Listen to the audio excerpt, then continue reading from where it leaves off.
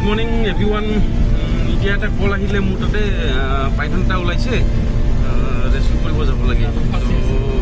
জালত মানে লাগি আছে, এতিয়া যাই আছোঁ। মানে কি কণ্ডিশ্যন হয় কি নহয় চাওঁ, কেনেকুৱা টাইপত জালত লাগি আছে মই কৰ্মচাৰী। চ' গাইজ দেখা পালে কেনেকৈ মানে জালত লাগি আছে, তো এতিয়া আমি এৰাব চেষ্টা কৰোঁ কেনেকৈ পাৰোঁ।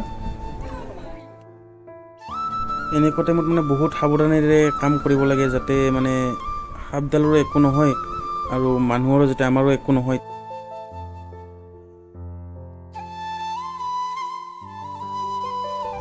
তো সাপডাল জালৰ পৰা উদ্ধাৰ হ'ল, উদ্ধাৰ হৈ পিনে এতিয়া আমি বেগত ভৰাই তো আমি এতিয়া জংঘলত মানে এৰি দিম আৰু চাওক ৰিলিজ কেনেকৈ কৰোঁ।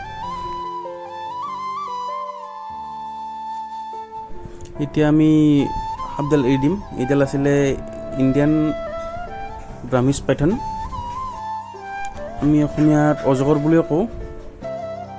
তো এইডাল সাপৰ বিষ নাই, বিষ নাথাকিলেও যদি কেতিয়াবা কামুৰে তেতিয়া হস্পিটেলত যাব, আৰু যিকোনো সাপে কামুৰিলে ফাৰ্ষ্ট হস্পিটেলে যাব লাগে, বেলেগ